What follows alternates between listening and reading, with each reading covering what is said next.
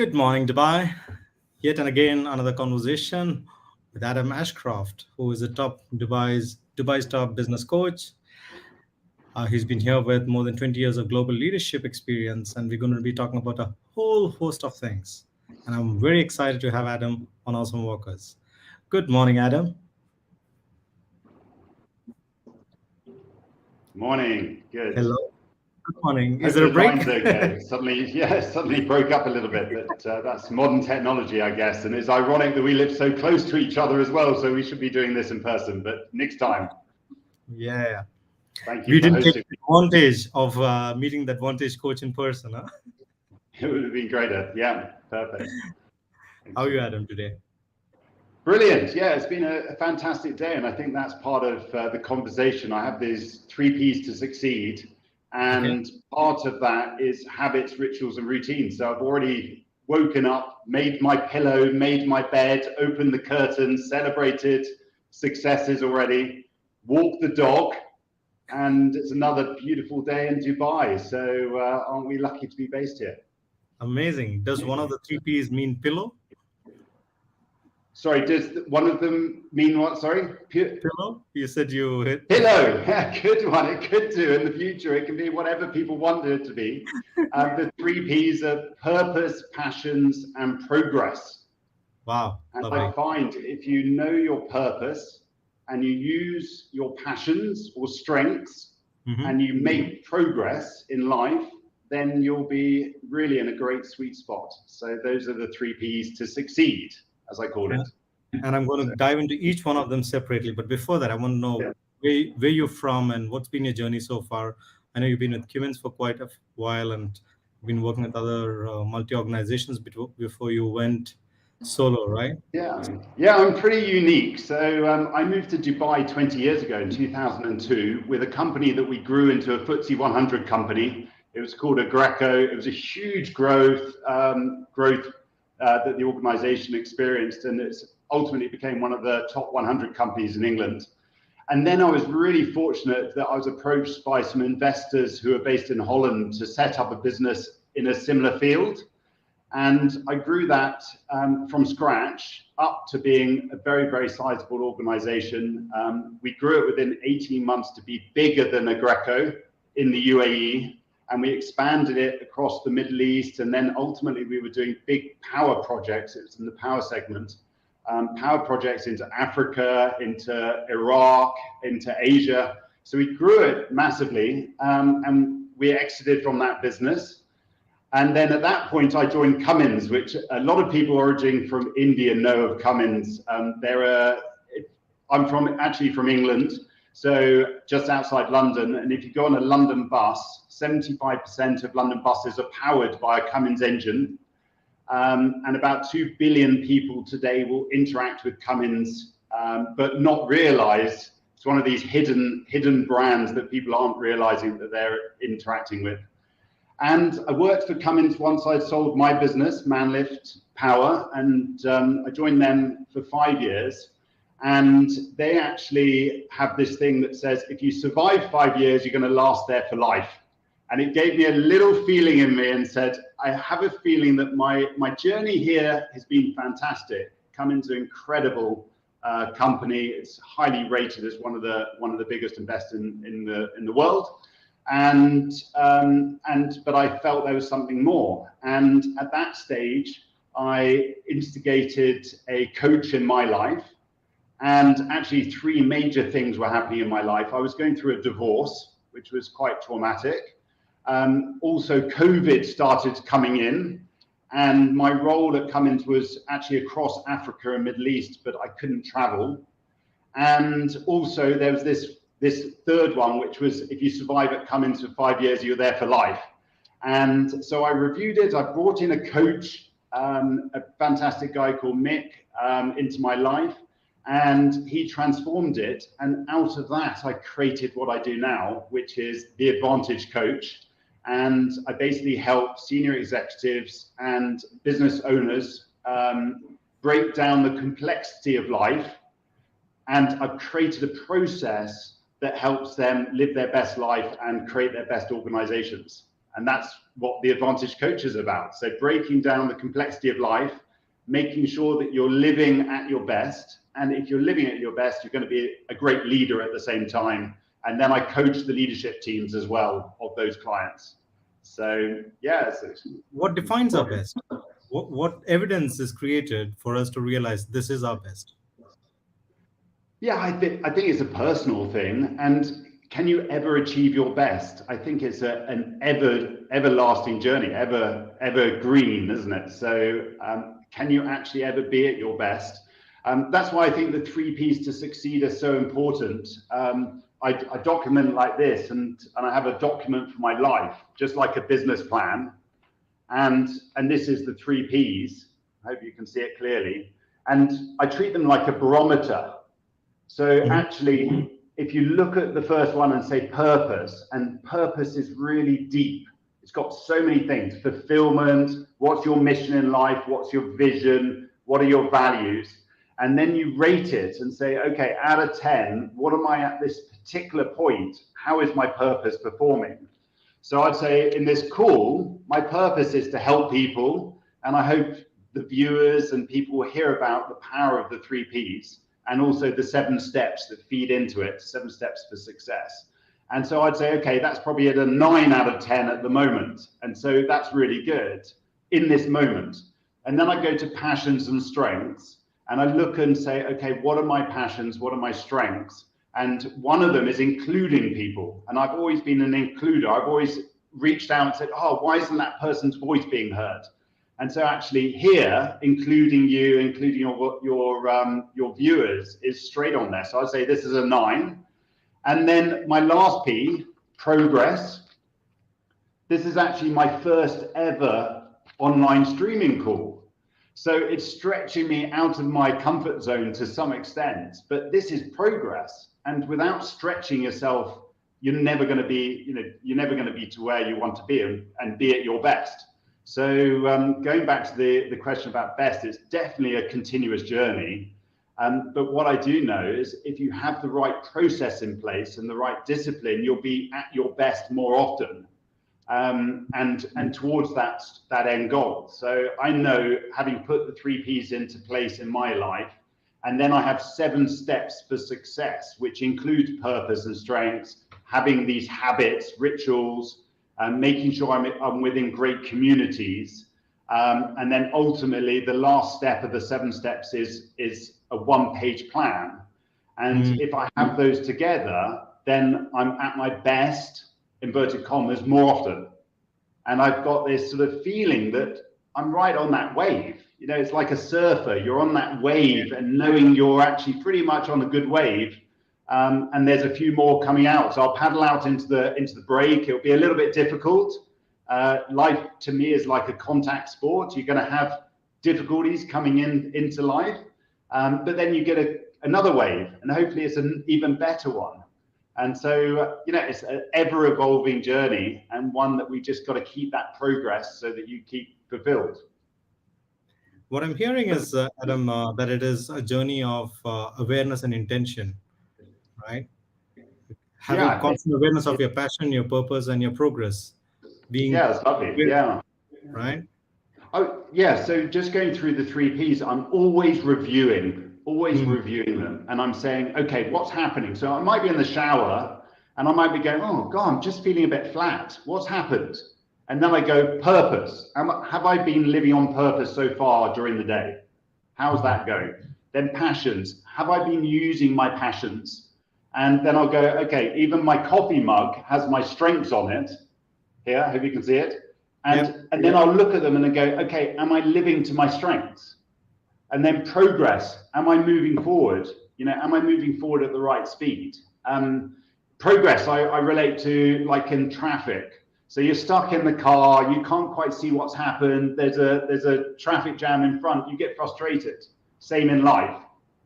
Then it just eases up a bit. And you go, oh, it's a bit easier. And then you start moving, and then you're moving forwards, and that's progress. And then the same in life. You might be going down windy roads, and that's the windy roads of life. But enjoy the journey at the same time. Look out for magical things. I try and consciously, if I'm walking with the dog this morning, consciously see beautiful things, and they're all around you. Whereas life can be so complex, so demanding, and it's only going to get more complex as we go into this modern age. So how do you break down that complexity? And that's what the 3 Ps, the 7 steps, and ultimately I have something called the Success Playbooks, and each one filters in to break down the complexity. It gives the discipline that says, okay, keep it really simple. So it's almost like life is simple. You're born, early days are very easy. Your biggest challenge is walking. Like you said, your podcast is about walking. It's walking, understanding yourself, just getting one foot in front of the other. And then life becomes so complex. And generally, for me, it was when I left school. So I left university, and then I was into the big wide world suddenly. And then there were no rules. So we had all this support for the first 20 years. We were around great teachers, parents supporting you, other kids around you and your other students. You had mentors informally, formally, and then suddenly you're thrown into the big wide world in your first job, and then you're on your own. And no one gives you a rule book, and no one gives you a guidance to say, actually, part of your success has been the habits, rituals, and routines. Or your purpose in those days was to pass exams. Or how are you scoring yourself? So within my 7 steps, I have a scoring mechanism. So when you're in exams, you knew whether you're doing well or not. And then if you're doing really well, you wanted to do even better. If you're not doing well, you probably wanted to do something better or find something that you really love. So in life, I've given that structure out of the 7 steps for success. And you can even see your scoring, and you can score yourself. And then you look at it and say, okay, I'm underperforming here and I need to do better, or I'm overperforming and I can do even better on that. So each aspect is really important. I think it's really one of the opportune ones that is really relevant at the moment is the 7th step, which is a 1-page plan. So I have 2 versions. One is it's very detailed, but another one for individuals is a vision board like this. And this is my vision board for my life. And we're both in Dubai, and we know how the real estate market is at the moment. And we were asked to vacate our villa last year, and the landlord was selling it. And I got a bit upset. We had just done up the garden. We were settled for another year, and he told us 6 days later, can you leave? And we said, okay, we'll leave in a year's time. And then I wasn't sure where we were going to live. And then suddenly I looked at my vision board and I went, oh my word, this is the house. And I actually own this house without the swimming pool, but it's far too big. And then suddenly through realization, through the power of vision, I actually then said, okay, we're going to move into that house. And then our behaviors as a family totally changed. So the power of that vision is really, really fundamental to your success. And I saw on your LinkedIn profile that it said, you are the product of what your vision is. Mark Twain quote. So yes, totally in sync with that. Beautiful. Adam, you have been someone who has been a high performer in leadership for a very long time before you started helping others move into high performance leadership, right? And I'm curious to know, because you touched upon your younger days and you touched upon school and teenage life and university and all of those things, was there a significant event that prepared you for the role that you have been playing for the last 20, 25 years odd? Yeah, firstly, I'm never sure if I am a high performer on leadership. Certainly, leadership is such a big topic. And, you'd have to ask the people who have been around me whether I was a high performer or not. I always strive for being better. And part of that, I didn't realize I was going to be a coach until a CEO in Dubai, who's a good friend, said, have a coach in your life and also do a coaching qualification. And at that time, I was still in a senior leadership role at Cummins, and I used the coaching opportunity to become a better leader. And I didn't really know what coaching was as a leadership methodology. I've been aware of active listening, active questioning, which I think is part of being a leader, and part of coaching. So there was definitely a realization when I was in that corporate role, when I started seeing the power of coaching into leadership. So I would say that's definitely a refining point. I think that self-realization, self-questioning is really crucial. So, the more you can ask people, more you can ask for 360 feedback and see what other people are saying. In truth, I probably didn't do that enough. I would say in reflection, I wasn't terribly good at managing upwards. I always focused on managing my team. I never managed upwards into the organization. I think that was detrimental to myself. I started my career in what is now became the world's largest company, which was ExxonMobil. So I was around big corporate. And then I created my own business, but we created it as a corporate. So, effectively I had a board and I had investors. Whether I managed upwards well enough, I would say probably not. And I think whatever role we're in life, even if you're a business owner on your own, you will always have someone you're reporting to, even if it's your wife, even if it's your family, even if it's the community. So actually upwardly managing is really crucial. So I think when I was in that role and I became a coach and I started understanding that was a defining moment. And then actually self-realizing later on, working with so many CEOs now and business leaders, we're working and helping them navigate upwards into an organization, because only when they can navigate upwards can they get the right budget and the right support to grow their businesses sufficiently. So, it never really became apparent how important that was. I always looked downwards. I always tried to make sure my employees were performing at their best. So there was a total miss there, which I now help clients navigate that. What was your experience the moment you discovered your strengths? Was there a defining conversation that happened over there when you realized what was coming in your way all these years? Did you see something over there? Oh, totally, life-changing. So why is it one of the 3 Ps? So the purpose, passions is strengths. And a lot of the people listening would have loved to have been a professional footballer or an astronaut or a doctor. And these are very challenging things to become. Life is so competitive. But through strengths, you understand what you can be as your best the whole time. So I did a strengths-based assessment, which led me to understanding my strengths. They led me to the 5 here, and there's a whole load of other strengths. And so when I use these, then I'm at my best more often. So it's got discipline, which is actually quite a rare strength. What I do as a coach is install discipline into my clients. Activator is activating things as quickly as possible. So I'm very good at starting things, and then that helps my executive coaching clients in the session. Then they will go out and then they'll put it into practice. So every time I use my strengths, I feel great. So it's a bit like David Beckham in football. Why would you put him? You wouldn't put him on the left wing. You would actually put him on the right wing, because he's had the best right foot in football. So, if you put it on using your left foot, you're not going to be using your strengths as often as you should do. And that's what we want to do in life. But it's not about getting David to be using his left foot more, right? No, it should be. So the amazing thing with strengths is that you're amazing at them and they're intrinsically normal to you, and you can take them to another level. So I can give you an example. There's a very well-known test, an assessment, which is a case study for strengths.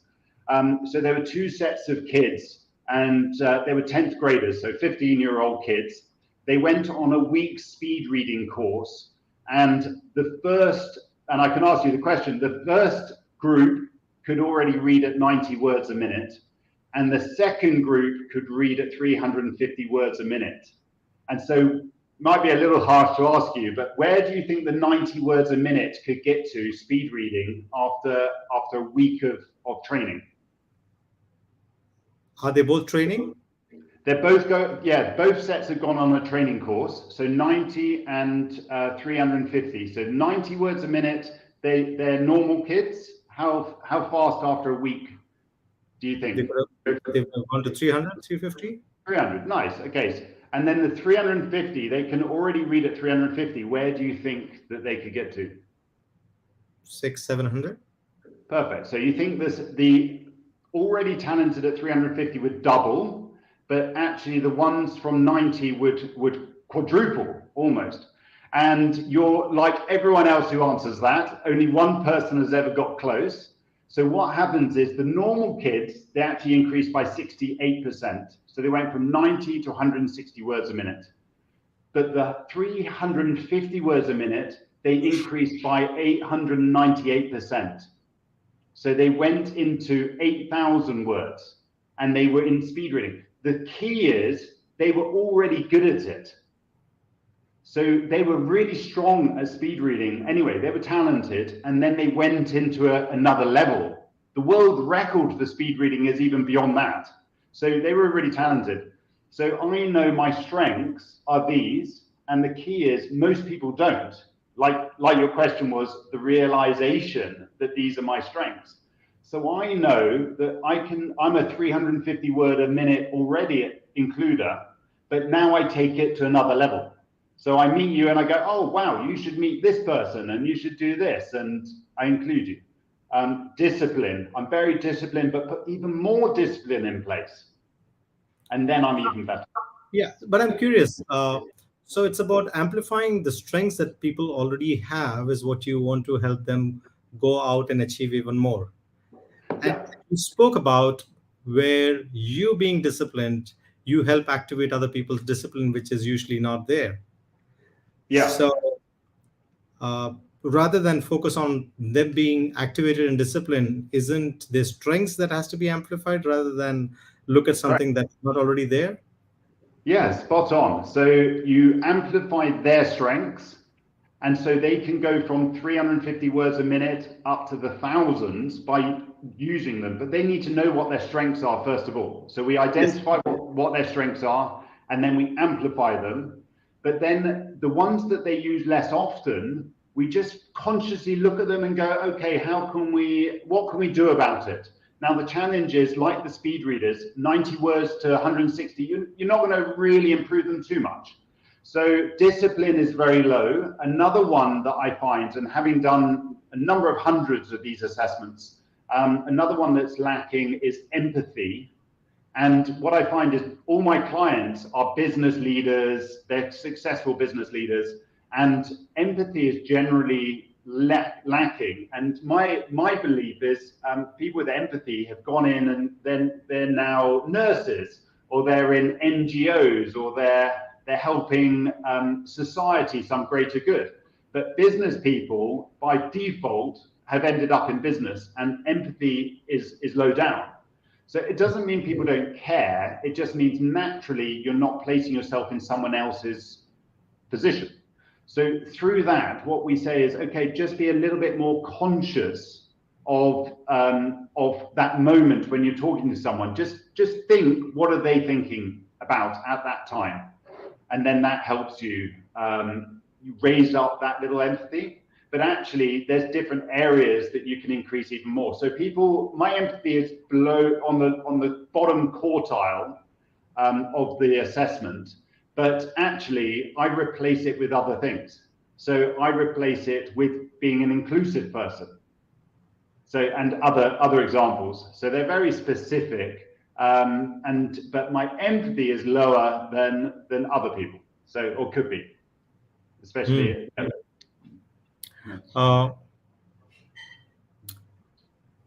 When you work with leaders and they are having these challenges where you can, and as leaders, as coaches, sometimes you see clearly, this is exactly the area that you need to focus on. This is what you have to do. Do you step into the role of a mentor sometimes, or do you always hold yourself back and remain the coach? Yeah, the first thing I do is I never tell anyone to do anything. It's their life. They need to figure it out. So I define my role as two things. My first one is I try and be a pure coach, and a pure coach is exploring through questioning what is best for the client, and they come up with the answer. If they can come up with the answer, they're going to own it 100%, and they're going to go and do something about it. So coaching that spectrum is really, really powerful. The challenge is not always can they come up with the answer, and they don't have the experience necessarily. So what I find is my experience, I started my career as a management consultant. I rotated around so many global companies. Then I worked for one of the biggest companies in the world, and then I was an entrepreneur. So the second part is I bring in what I believe are world-class solutions. So I'll say, okay, this is a world-class solution. So firstly, I hope the client will come up with the answer. They will be totally motivated and they will go and do it. And then the alternative solution is a world-class solution, which I call as the success playbooks. So I have the 3 Ps to succeed, which is like a barometer, the 7 steps which come into that to feed the 3 Ps, and then the world-class solution are the success playbooks. So it could be navigating through an organization. So what does that look like? And I have a template that says, okay, what is the strategic play? What is the operational play? And what is the personal play? And then we build out a template that might say, okay, your boss, your investors, your board, who's on the board of directors, how often am I going to meet them? Is it face-to-face? Is it by email? Is it WhatsApp? And then you build a profile on how you're going to manage relationships. Another common one is conflict management. So I use TKI conflict management, and there's 5 different styles of conflict management, which are compete and avoid and compromise. And then I go through that. And that's a world-class piece of work that TKI, Thomas Kleiman, put together. And then I use that as a success playbook. And then I've got hundreds of these playbooks I give. So in summary, ideally, the client finds the solution themselves. If not, I give a world-class solution. I never knowingly tell them to do anything. It's their life. They need to be empowered to do it. You mentioned a little while ago that it was one of the most difficult phase of your life where you were getting divorced, right? And you're talking about you getting a coach for yourself and going through the process. And being leaders, sometimes we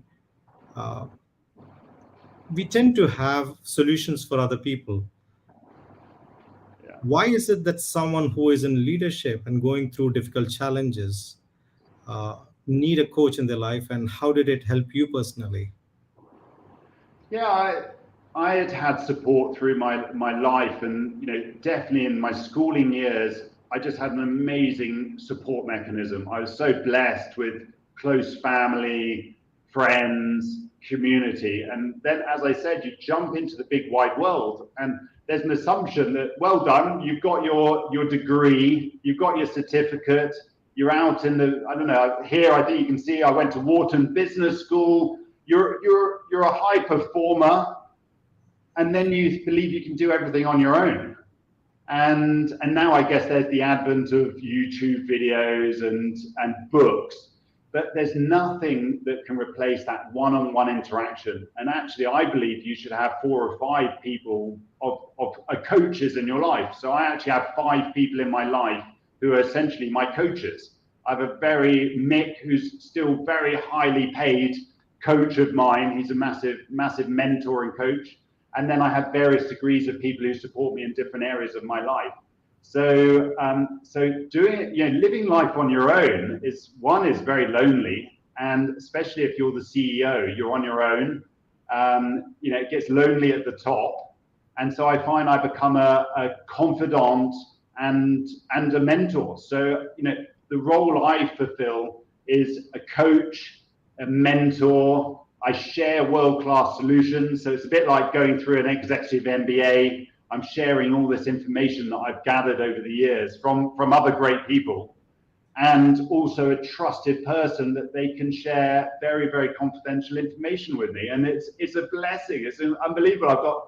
I've had clients where the other half at home is about to kick them out as well. And then we will turn that around through things, through coaching and through playbooks like the 5 love languages, or various things that I learned reviewing my own marriage, my own failed marriage at that time. I'm very happily remarried now, by the way.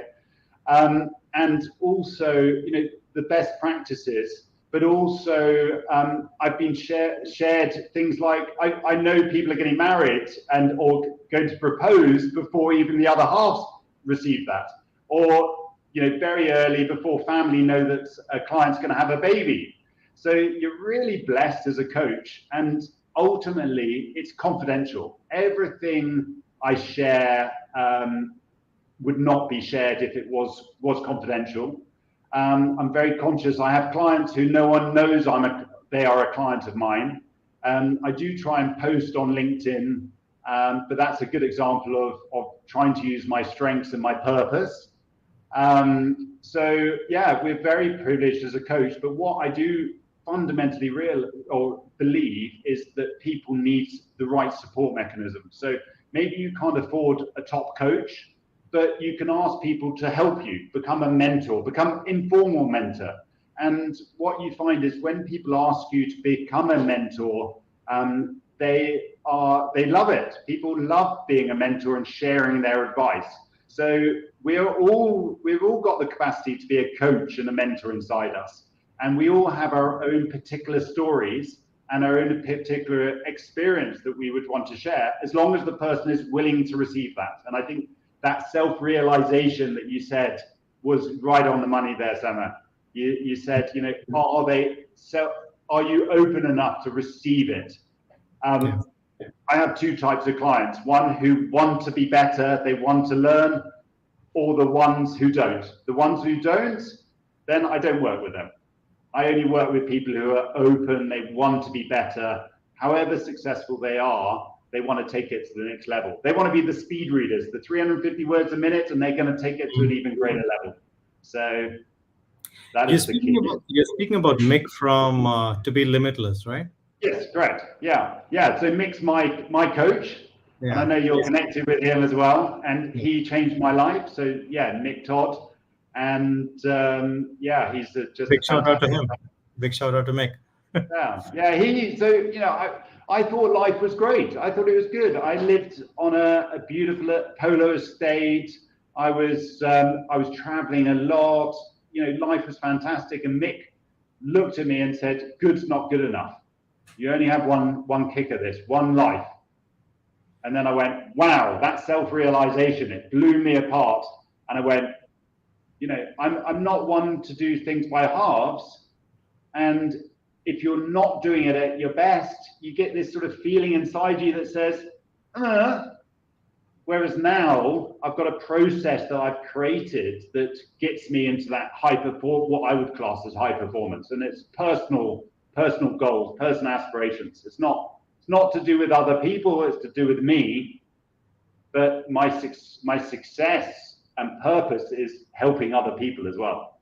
So, can you share with me one of your greatest or biggest failures, and how did you deal with it? Yeah, I've got many failures, and what I realized, there's a couple of big ones. But what I realized is the more I fail, the more successful I become. And I would say, starting my coaching journey, I really didn't know what a coaching role is. I didn't know what it was. And, I made small mistakes, and each time I learned and it was better. But I would say one of my big failures was I got an incredible opportunity to work in Africa when I was about 27. And as I mentioned, I was working with Greco at the time, and we became a FTSE 100 company. The company they had a new CEO, Rupert Soames, who's the grandson of Sir Winston Churchill. And he installed a series of management consultants from Bain. And Bain said, "Adam and all the other sales leaders, why are you in Dubai on the international business? Why are you sat there enjoying Dubai? You should be with your clients and customers." And I got sent off to Lagos in Nigeria to cover West Africa. And I was pretty fortunate. I had 9 school friends from my school in England who lived in Lagos, and I was put into the community there. It was fantastic, but I was also not used to the complexity of West Africa. I was in war zones. I was one of the first, if not the first, British person into Liberia after Charles Taylor was denounced. That's your big warlord, and there was death, there was guns everywhere, and actually my body didn't cope, and after 6 months I ended up going on holiday and I crashed, and I had a total breakdown essentially. So my body said, this is too complex, and I was so ill that I got flown back to Dubai in a wheelchair. So it was traumatic, it was humbling. I was as enthusiastic about life as I am now, but the brain had just switched and it just went, that's too much, over and out. And I literally couldn't walk outside the house. And so I had to recover from that. And I went to so many specialists in England who didn't have a clue what it was. The obvious one they thought was it could be depression, and there was no way I was depressed. At that time, mental health was not understood to the level that it is today. And it was actually an ex-army officer who actually said, Adam, I think you've got post-traumatic stress. And he related it to Gulf War syndrome, which was the Allied forces went to Iraq and they were given lots of injections, tablets. And for me, when I went to Nigeria, I was given methylquine malaria tablets, which are known to have side effects on your mental health with many people.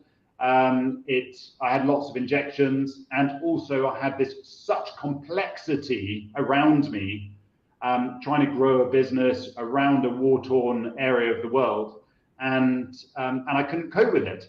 So if you look at what my defining message is, the 3 Ps, the 7 steps, and the success playbooks, it's breaking down the complexity of life. And so through that is my own safety net. And it's the safety net for everyone. So life, this morning, I guess so many people are suddenly on Instagram or YouTube, and life is taking over them, just like life took over me in West Africa. And now I know that I need to put myself first. And only then can I put myself first, break down all the complexity of life, and then make it so simple, and then build from that point of view. And that's what I do with myself, my clients, and those wishing to learn the process as well. Beautiful. According to Gallup's, do you remember what a weakness is? Yeah, well, to me, it comes from your strengths. So your biggest opportunity for weakness comes from your strengths. But Samir, explain what you're thinking. No, in Gallup, in the report, you will find there is a statement which says, a weakness is anything that comes in the way of your strengths, right? Yeah. Correct. And what I'm seeing from your experience with the war-torn place is it was coming in the way of your strength as an includer. Okay. That was happening over there, which was actually making you feel weaker as an individual.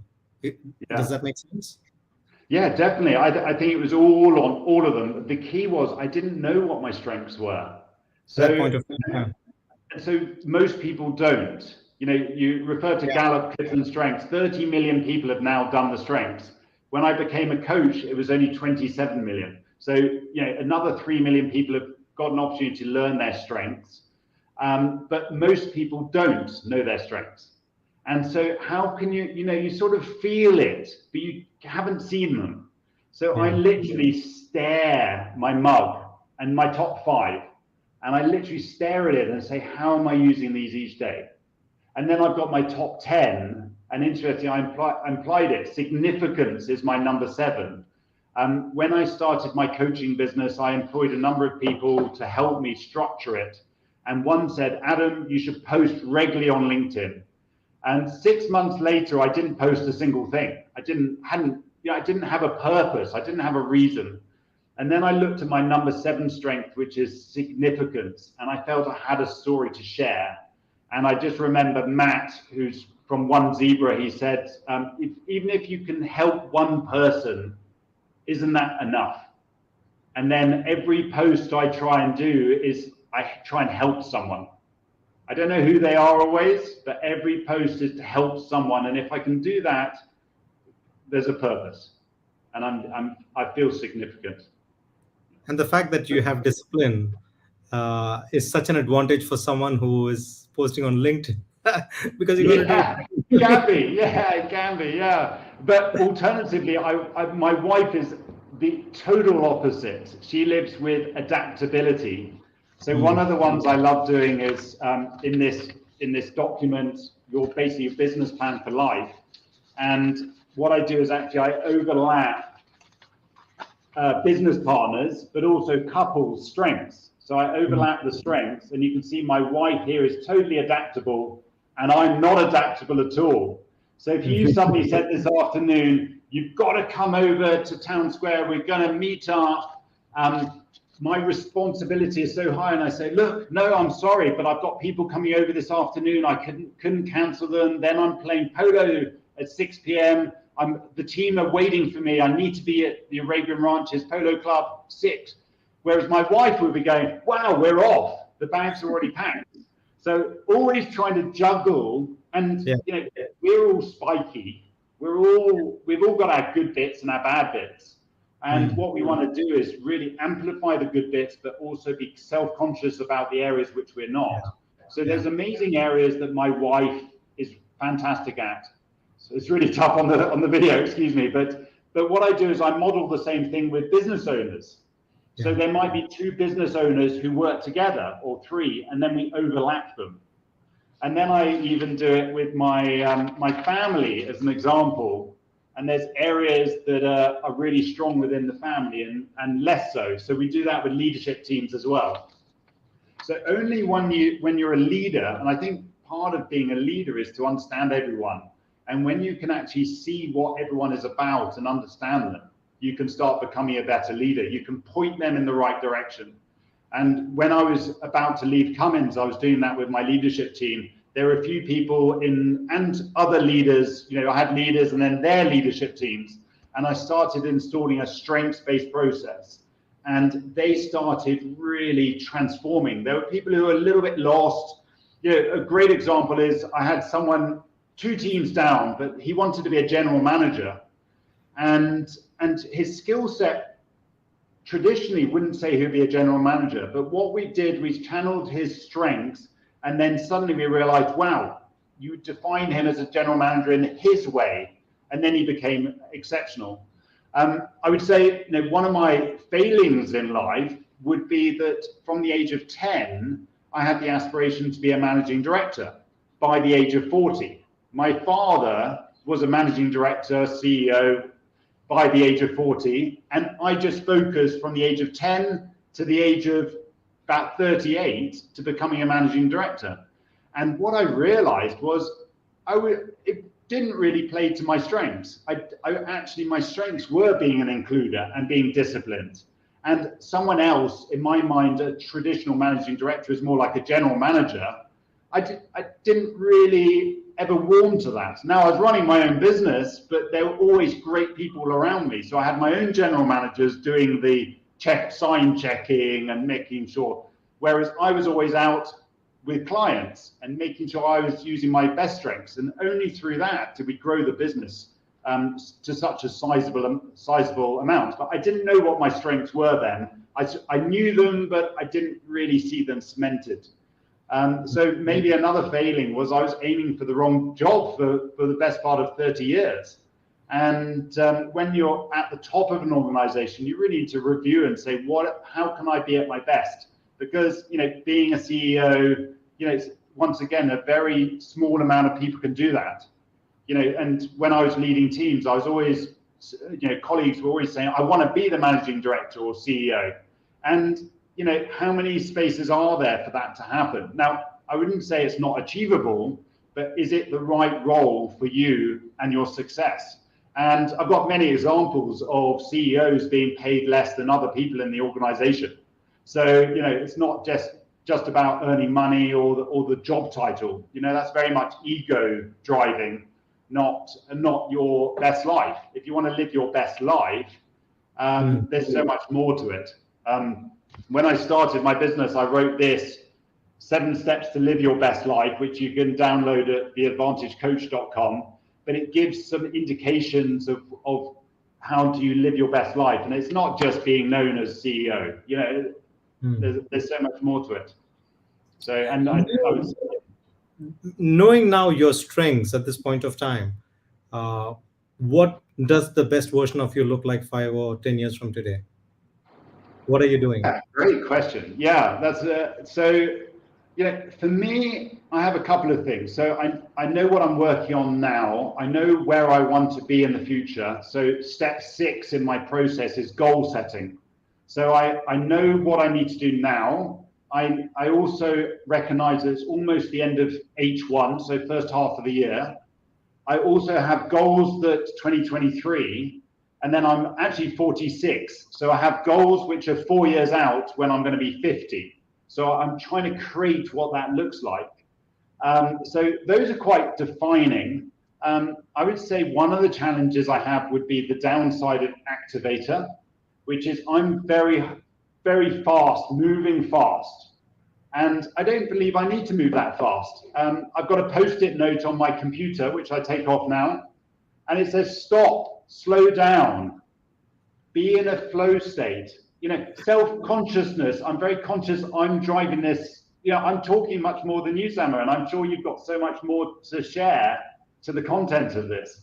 So, those sort of realizations, and it's like, slow down. You don't need to be moving quite so fast. I've only been a coach for 2.5 years, but someone like yourselves has many more years of experience. And I'm always trying to leverage and understand those. So, in my heart, I feel, oh my word, I'd love to be hearing about your story in this conversation and maybe relate it to the 3 Ps to succeed, which I created. And, what does it mean to you? Do you live on purpose with your passions and strengths? And when I saw you, first of all, I could tell that there was something special because you've got this smile as if you're self-confident, you know that you're on the right path, which is fantastic to see. My life changed as well when I did the Gallup test and I identified my strengths, and that was a few years ago. And from that moment on, I have taken every decision in my life based on my strengths, and I have not done anything. And discipline and consistency are very low in my spectrum, and therefore you would have noticed even setting up this call, I had nothing to do with this whole process. I've hired people who were great at that, right? So yeah. I do not do things that does not excite me. I'm very clear about that aspect of my life. You said 46, 77 born? 76, September 76, yeah. Yes, so you're going 47 this year. I'm 46. And I don't feel that age, and I think what has happened is that self-realization. I put purpose, passions, and progress in place, and the progress has been I'm trying to age younger. So I'm actually putting processes in place. So I've actually, one of the failings was I ended up at 105 kgs, and I never thought or realized I was heavy. And I've actually lost 26 kgs. So I'm now at 80 kgs, or 79 was my target. So I heard about that. You're like following Djokovic, right? You want to be the same as... Exactly, you read it. Yeah. So yeah, when I was there, I put that vision, just like you said, what does success look like in the future? So I put this vision. I was watching Djokovic and I went, I wonder what, he's 6'2" or something. I'm 6'2". He looks lean and mean, and he's so conscious. What's his weight? And it was 79 kgs at the time. And I went, there's no reason in earth why I shouldn't be 79 kgs. And I had to be careful because there were people who I told and they just laughed. So you just need to be careful what things you share with people and what you don't. And I'm an includer, so I'm open. And you very kindly at the start of the call said, is there anything to share that I shouldn't ask about? And my experience even on weight loss was when I was 105 kgs, I told a couple of people I'm going to be 79 kgs and they deflated me.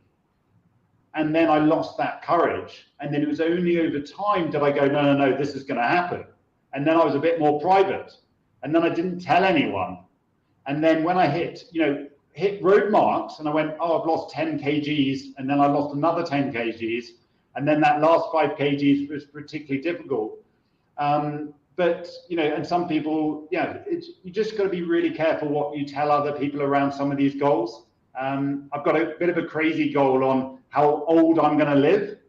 And, that's one I keep private, but I have an aspiration to live to about 150. And so my behaviors are changing to do that. Now, do I think I'll live to 150 at the moment? Definitely not. I had pizza on Friday night. I went out yesterday for a brunch. These things slow you down, but I was around great people, a great community yesterday, which is another step of the 7 steps for success. So community, being around great people. And if you look at the blue zones, they're all community driven, where people are living well into their hundreds.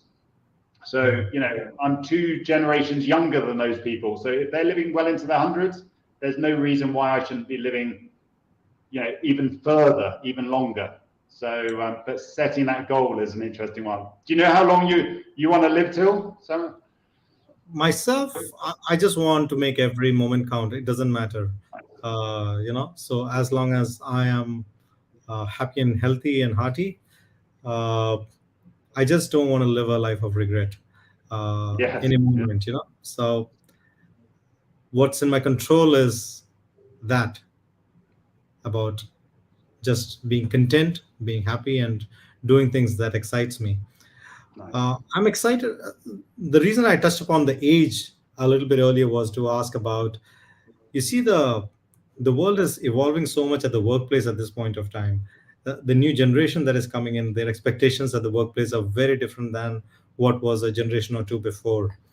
And that is having a ripple effect on the entire generational workforce. People are not happy with work from office anymore. Mostly they want to work from home, and they want to have the freedom, and they want to have the flexibility.